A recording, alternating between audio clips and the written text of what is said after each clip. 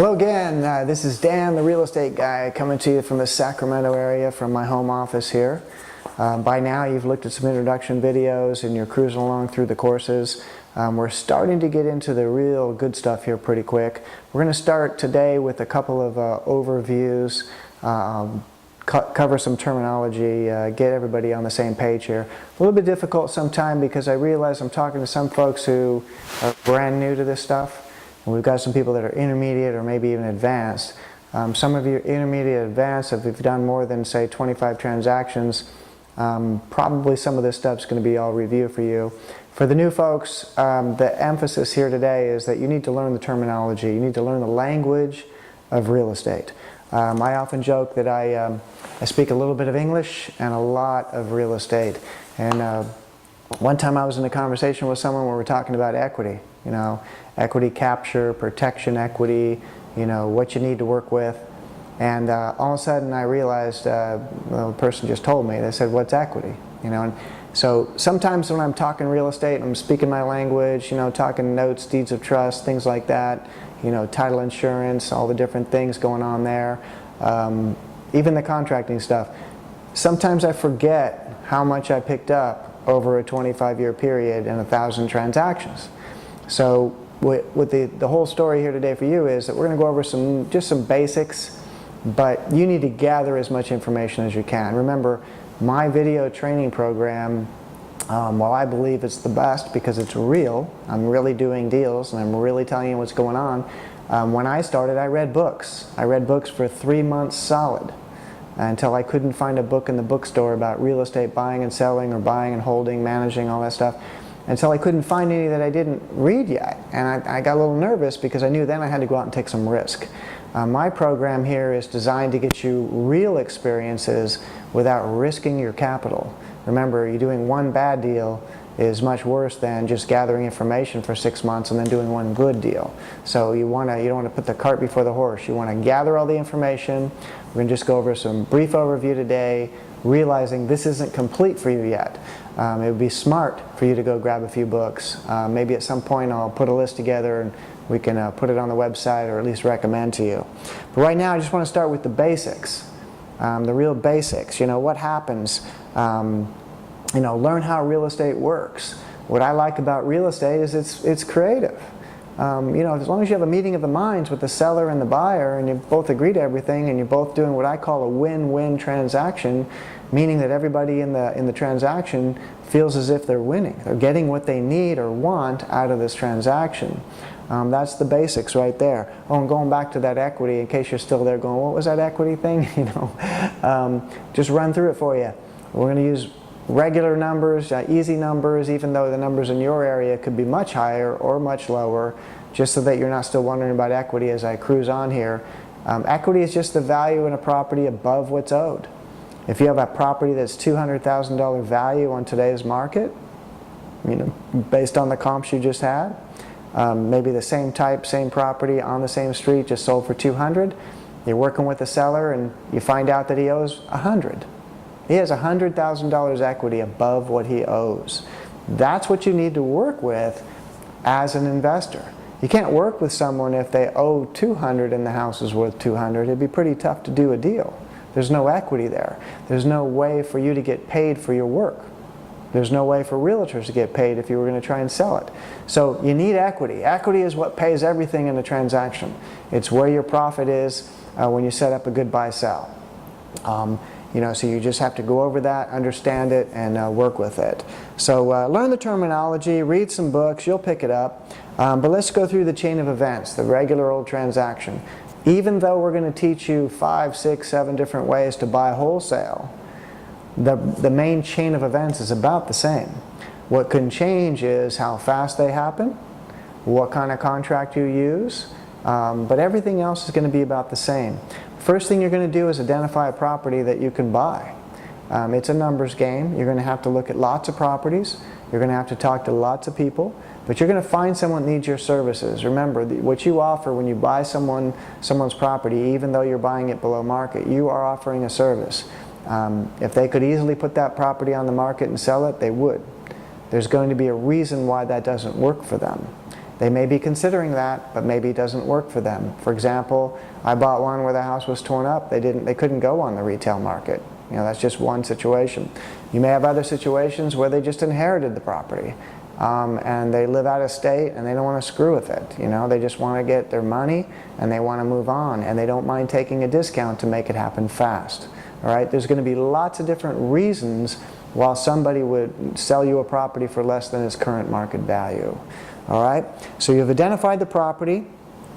You're then, once you've kind of come to an agreement or a meeting of the minds, we would call it, maybe you talked it over with the seller, you found out what would work for them, what's important to them, and you're making sure they get that, and they know what's important to you, and they're willing to let you have that, right? Once you have that meeting of the minds, then you're going to transfer it to a contract of some type. If you're in real estate, you're licensed, you're probably going to use a regular real estate form, but you just won't have anything in the area where realtors are getting paid. You're going to act as a principal. There won't be any realtors involved.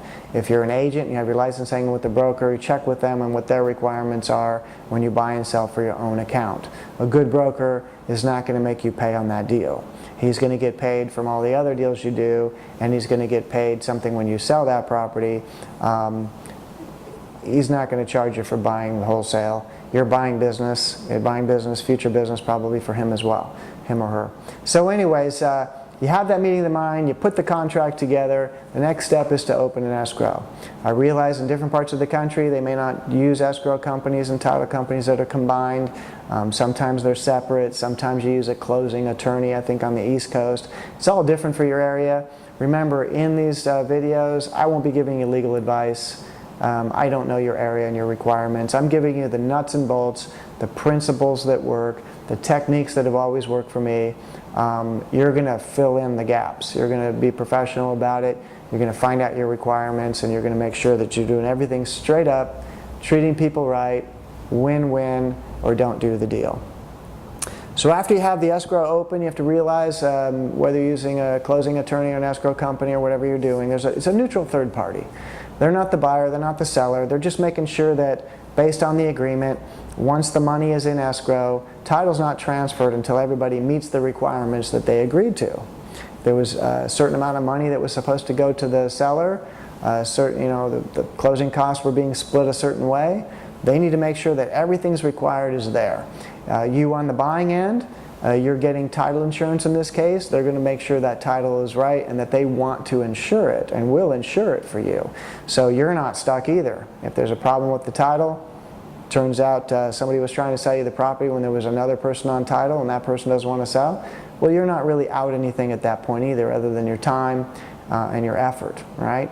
So only when everything is right will you become the owner and the seller get whatever was agreed upon for them to move on. So you've got that escrow open, finally it closes, and now you're the owner. You should have already had a plan on what you're going to do with this property once you own it. I always have a plan. I like to have what I call multiple ways to succeed. There's a lot of times where a property will work for me as a keeper, but I wasn't planning on keeping it. You know, the market takes another stair step down, something happens on the demand side, you can't get a loan for some reason, the lenders have more trouble, whatever. It'll work for me if I keep it. That's nice. It's nice to know that even though I plan to buy and sell it, it would work if I had to keep it. It would bring in a decent return on my money. So yeah, it's good to have multiple ways to succeed.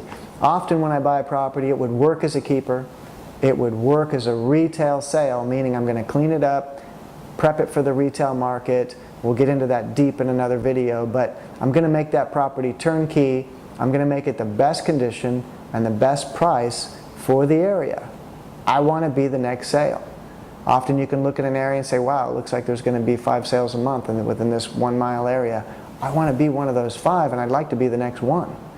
You see? So it'll work as a keeper, it works as a retail, hey, it might even work as a wholesale. And what I mean by that is I will wholesale some of my properties once in a while. If I get a property at a deep discount, and I over the years have developed a list of buyers that have cash, but they're too busy to dig up these deals. They're working, you know, they have their own business perhaps, working tons of hours, but they have cash. And they've contacted me over the years. Maybe they've already purchased property from me over the years, and that'll happen to you too. I have customers that bought 3, 4, 5 properties. So I know sometimes when I see a property, hey, that'll work that way too. I could wholesale that. Instead of making a good profit, or what I call a large profit, slow, which would take usually, and we'll talk about the industry problems right now, but there's some problems in the industry that's making deals drag out a little bit, and we'll talk deep about that at some point. But bottom line is, my average turn time might be 120 days. And maybe, let's say, the average profit on a deal that size is, let's say it's $25,000.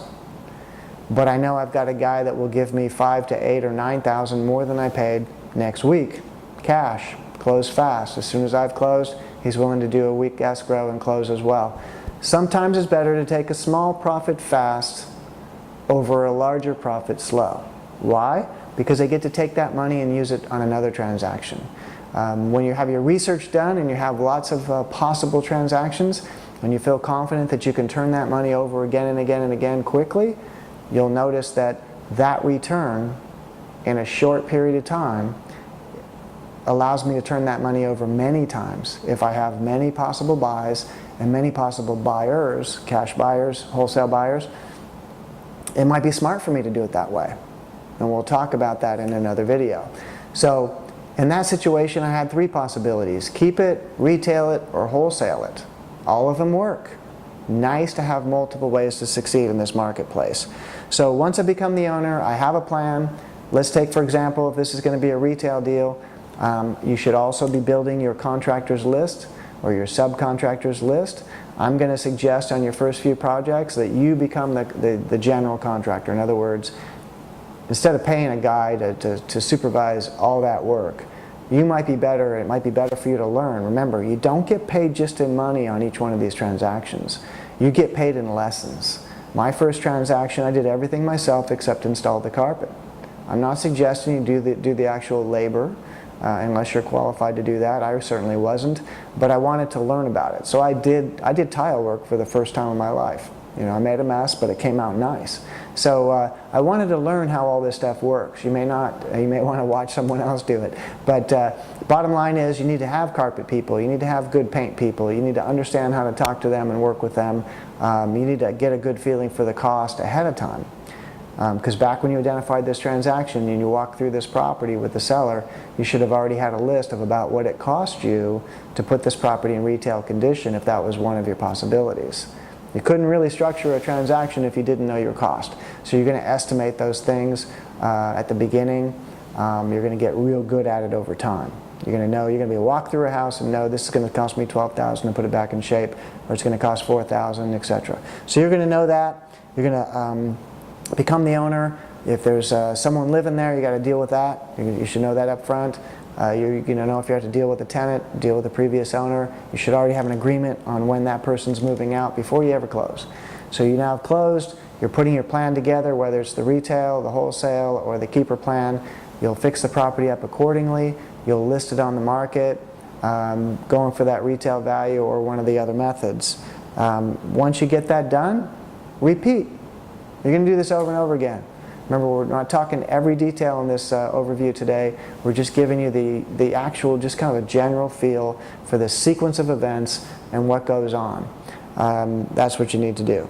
So remember, before I told you need to learn your market. You're not going to be able to identify one of these unless you know your market, you know your values. We're going to get in detail later on how to do that. Right now, you should be setting goals. Remember, I recommended that you start watching all the videos, start thinking about what is it that you want out of real estate. You can pretty much get out of real estate whatever you want.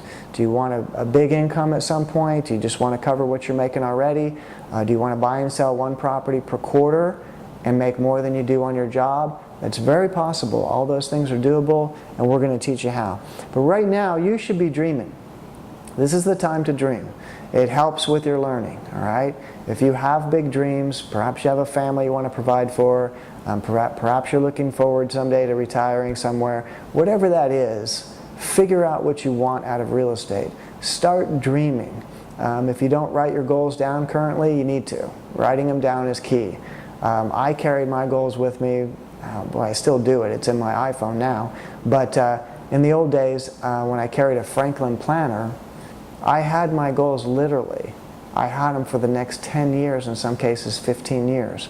I reviewed them every morning, and I reviewed them every evening, And you know what? Just about all of it came true. You know, I knew when I was setting them that some of those goals, if I only made it halfway, it would be great. You know, so learn about goals, set your goals, realize how important that is in your learning process. If you give your brain some reasons every morning when you're drinking your coffee or whatever, or eating your breakfast, keep in mind what your targets are. Keep in mind what you're trying to accomplish. And then get into that learning. The answers will come to you. You'll be interrupted by great ideas every day, and it's because you're keeping yourself focused and on track. Remember, when you do these transactions, everybody wins. Even when I do a deal that doesn't make a lot of money, it just breaks even or makes a small profit. Heck, I had one lose recently, and it still occurred to me, the first time in 25 years, by the way. That's the kind of dangerous market that we're in. You can lose once in a while, especially if you do volume. But that's why you do volume. In case one loses, you make up for it on all the other ones, right? You're doing one at a time. You be very careful. We talked about before, you know, setting your parameters and not varying. Don't force a deal. If it doesn't fit, you don't do it, all right? But you really should be dreaming right now. You really should be planning this year what you want to accomplish, next year a 5-year plan, a 10-year plan. I mean, heck, if you're planning on being here for the next 5 to 10 years, you better put a plan together. Smart to put a 20-year. Where do you want to be in 20 years? Because you'll get there if you just focus and think about it. Going back to the win-win concept, remember, everybody wins. If I break even on a transaction and make a small profit or make a big profit, it doesn't really matter. Everybody in the transaction got paid. You know, oddly enough, when I break even, everybody got paid the same as if I made a lot of money, right? If I lost money, like that one recently, they all got paid. Realtors got paid. Title companies got paid, painter got paid, carpet guy got paid, landscaper got paid. You know, the list goes on and on and on and on. My operation, and I'm small. There's guys that do way more than I do. I just don't think they're going to sit down and talk to you. But my operation will put over $1 million per year back into the local economy. That's a lot of food on people's tables. So I could listen to the doomsdayers and think this thing's going to come crashing down and we're not done yet and all that good stuff and economy's bad or whatever, and I could listen to all that and I could retire and live off of my rental properties right now. But then nobody would get paid, right? So I've got folks that have depended on me over the years. I've got folks I work with all the time. Same painter more than 15 years now. Same investors almost 20 years now. These folks like to make money. They like to earn something. It puts food on their table as well. I'm just going to keep running this business as long as a buyer can buy. I will provide product for that buyer. So as long as there's an FHA loan, a VA loan, or some other kind of loan, people in my workplace here in the area in Sacramento County, people are worried right now because unemployment. Well, what if unemployment was even higher? I work with the people who work. I don't work with the people that don't work. So, you know, as long as a person has good credit and a job, they meet the requirements for a loan, they can get an incredible deal on a house right now. They can pay less than half of what they went for at the top. Heck, maybe even less than that. So, you know, they can't stay out of the market as long as they can get a loan. So as long as people can get a loan, I'll provide product, look in your area, and see if the same thing's going on. Thanks for tuning in.